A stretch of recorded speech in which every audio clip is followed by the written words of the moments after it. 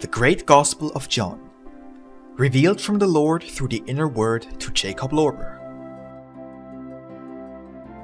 Volume 2, Chapter 147 to 149. The Rising Sun of Jesus Christ in the Heart of Man.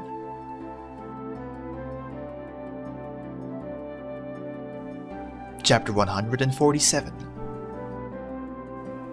The two Essenes say, "Now we too believe that this Nazarene is more than just a most perfect human. He is indeed physically like none of us, but in his inner parts and heart dwells the fullness of divine strength and power that is obeyed throughout infinity. But now let us direct our attention to the sunrise, as commanded by him, in order to behold wonders."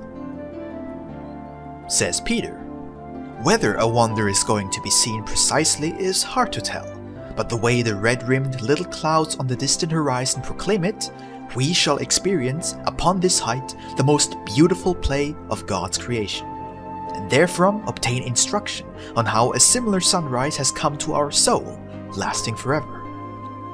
Says one of the Essenes, "Indeed, a sunrise not only for us, but the entire earth and even the entire infinity, because it seems to us that this incarnation of the highest God Spirit is meant not only for this earth and its beings, but for all of infinity.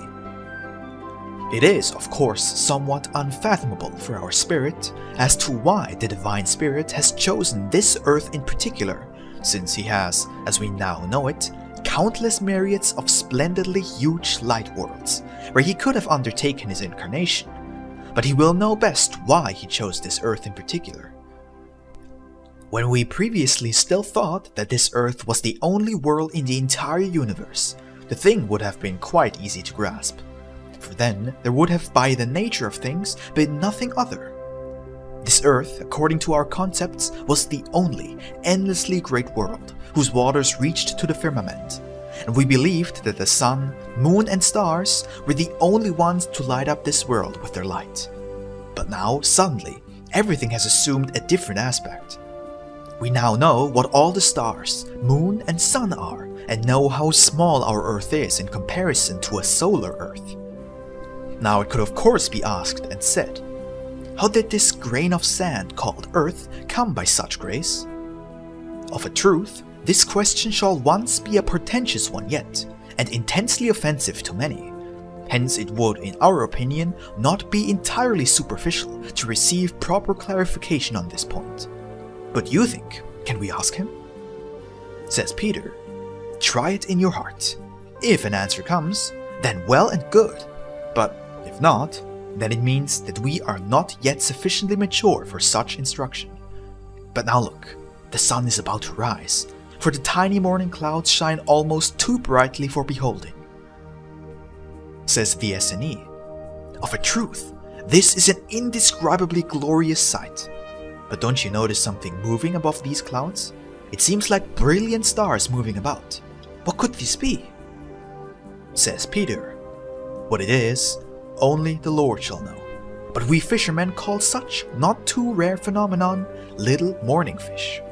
When these appear, then it is good to fish in the water, and towards evening there is certain to be inclement weather, or at best a strong wind. Although I must admit to not having seen fish of such freshness and liveliness, this manifestation is not unfamiliar to me, although it is probably easier to make out from this height than from the depth below." Says the Essene, "You know what? Let's move nearer to the Lord, and notice him speaking with Ebal and his children. Much shall be revealed there again. We must hear it." Chapter 148. Natural Considerations and Spiritual Significance. In response to the Essenes' suggestion, they all come a little closer to me, and I summon the two Essenes, telling them to pay attention to everything that shall be seen with sunrise, for it shall be most instructive. The two Essenes step up closer to me, saying, "Lord, Lord, that it shall be infinitely instructive is bound to be an eternal truth. But how will our soul be capable of such profound instructions?" We certainly gaze upon the brilliant depths of your splendid creations with lustful eyes and exceedingly astonished feelings.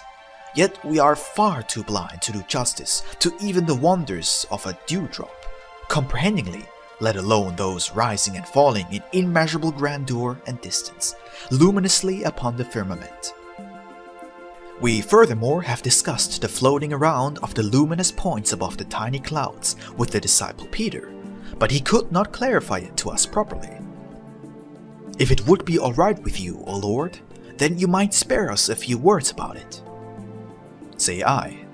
This means very little and is quite an ordinary thing, similar to the waving of the sea. When you find yourself in the right spot in relation to a moving sea where the broken sunbeams are impacting, then you will see a similar light play. The air for human and animal breathing by no means reaches up to the stars, and no further than about 4 times the height of this mountain from sea level. Beyond such heights, there is a sharp cutoff, such as between water and air, with a water-smooth surface, constantly undulating like the sea.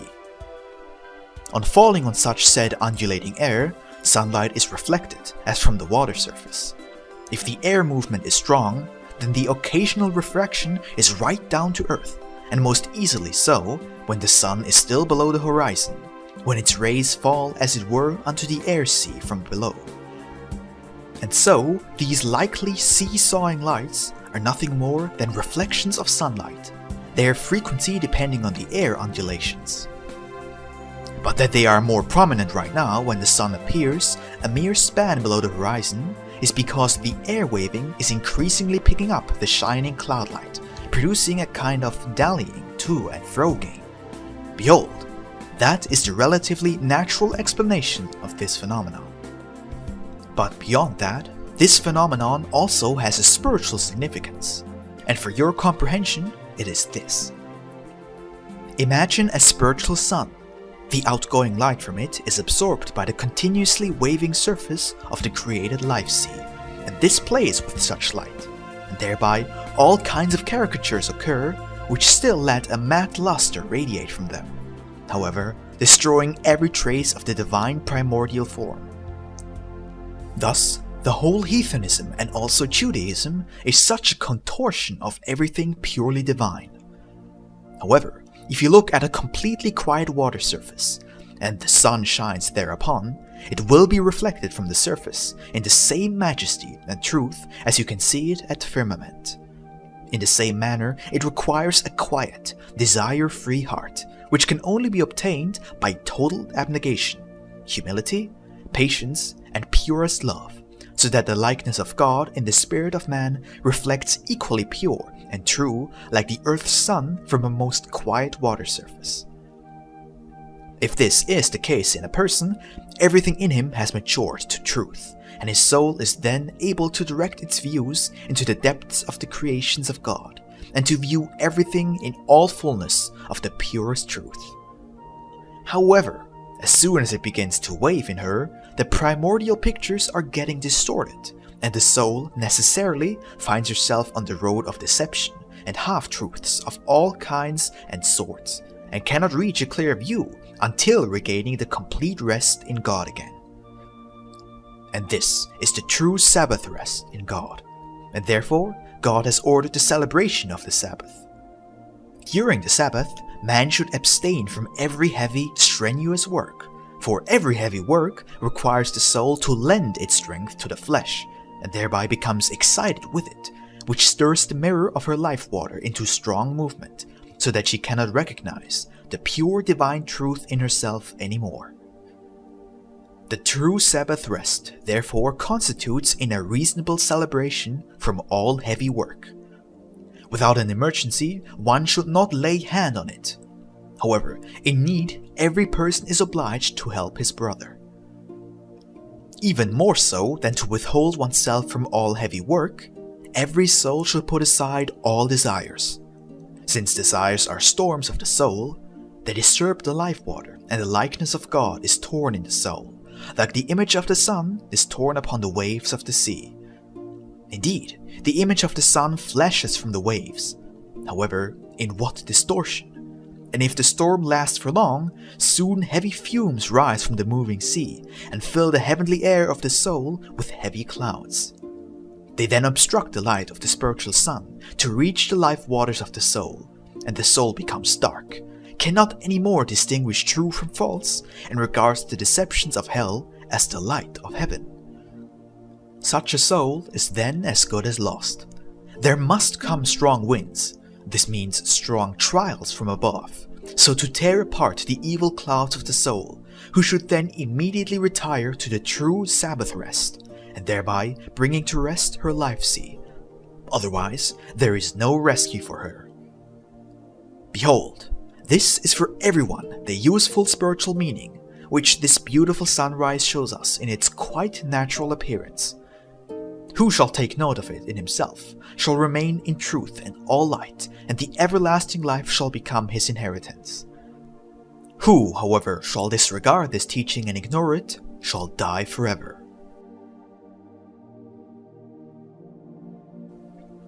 Chapter 149, concerning the sunrise and morning phenomena. The Lord. But now continue to pay attention.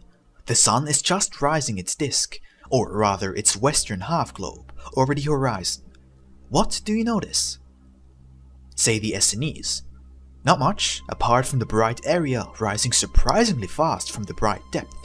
The luminous fish play has now suddenly vanished, whilst the cloudlets are thinning out and also disappearing one by one. And now the entire disk, or ball, is posed above the horizon, and a fairly cold breeze is blowing from the morning, east. But that is all we note. Say I. Cast a glance also down to the earth's plains and valleys, and say what you see. The two Essenes look at the earth's depths, saying, We see the valleys filled with bright grey fogs, whilst the sea surface also is covered with greyish mist. The fog is lifting from the valleys, covering the foothills. Is this too going to have some spiritual significance, perhaps? Say I.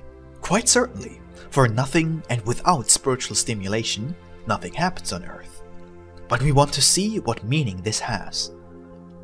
The sun corresponds fully with the being of God. The earth with its valleys, flat areas, hills, mountains, rivers, lakes and sea areas fully correspond with outer man. The fog, which rises between sun and earth, corresponds with the manifold, empty and petty worries of man, which the light of the sun can only sparely penetrate, and the fog rises upwards and even covers the mountains. The hills and mountains correspond with the better comprehension of man on this earth. This better comprehension is likewise clouded by the petty and trifling worries of their half-blind people. Therefore, morning winds are coming and drive the fog from the mountains and fields, so that they cannot be destroyed, and the mountains and fields be freely illuminated and warmed by the sea, so that their fruit of life can become ripe. I think that you are able to understand this correspondence. Say the two Essenes. Yes, Lord, this is as clear as yonder sun.